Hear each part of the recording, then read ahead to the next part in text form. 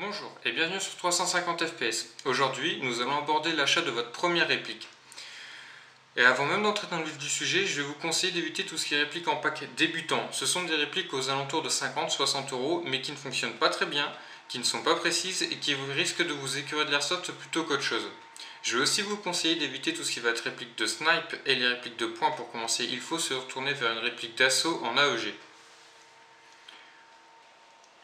Mais alors comment choisir votre première réplique? Il va falloir regarder les films, les séries, les jeux vidéo et tout ce qui est photo de reconstitution pour avoir une idée.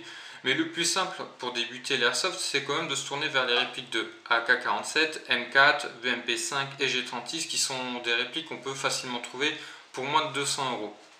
Il va donc falloir définir un budget pour commencer l'airsoft. Mais voici quelques marques que je pourrais vous citer pour commencer qui sont très bien, pas chères et facile d'entretien. Vous avez les Sima, les Jingjong, les D-Boy, les King Arm et les GG. J'ai d'ailleurs une préférence pour les GG même si elles sont un peu moins réalistes car en général elles tournent aux alentours de 350 fps qui est la puissance demandée par la plupart des associations pour tirer en full automatique. Car les autres marques sont aux alentours de 400 fps, ce qui est beaucoup trop et vous risquez de vous faire refuser l'accès à votre première partie. Vos premiers achats doivent aussi contenir la paire de lunettes, car j'en ai déjà parlé, ceci est l'accessoire obligatoire pour jouer à l'airsoft.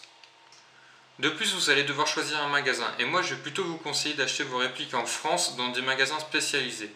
Pourquoi en France? Pour bénéficier d'un SAV plus facilement, mais aussi d'éviter tout ce qui est coût de transport qui va augmenter le prix de revient, mais aussi les coûts de l'envoi de la réplique. Pourquoi? Car si jamais vous avez un souci avec et que vous devez renvoyer votre réplique pour la faire réparer, cela va vous coûter de l'argent.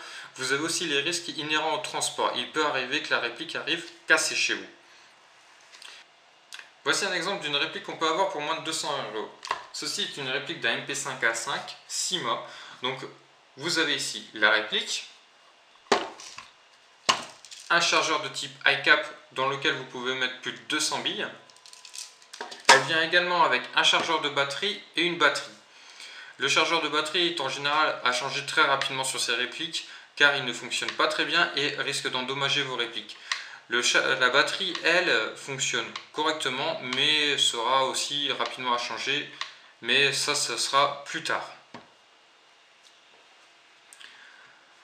Donc, le budget que je vais vous conseiller pour l'airsoft est d'environ 200 euros. Ceci comprendra l'achat de votre première réplique et l'achat d'une paire de lunettes. Si vous avez 250 euros, vous pouvez commencer à vous tourner vers des répliques d'un peu meilleure qualité tout en gardant l'achat d'une paire de lunettes et peut-être même l'achat d'une tenue CE, la tenue française, qu'on peut avoir aux alentours de 20 à 30 euros facilement en France. À présent que cette vidéo est finie, je vais aussi vous dire de regarder sur internet. Sur France Airsoft, vous trouverez des avis favorables ou négatifs des boutiques que vous pouvez trouver en France.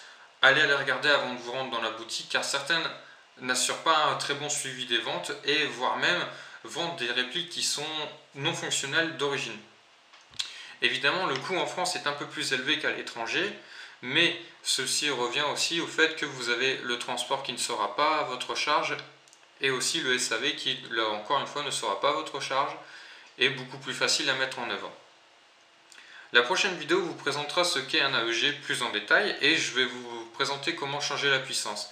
Évidemment, ceci est à faire par des professionnels, ce que je vous invite à faire dans un premier temps.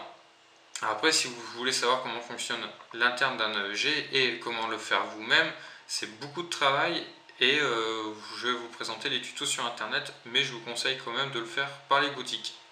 Sur ce, bonne journée et visez juste!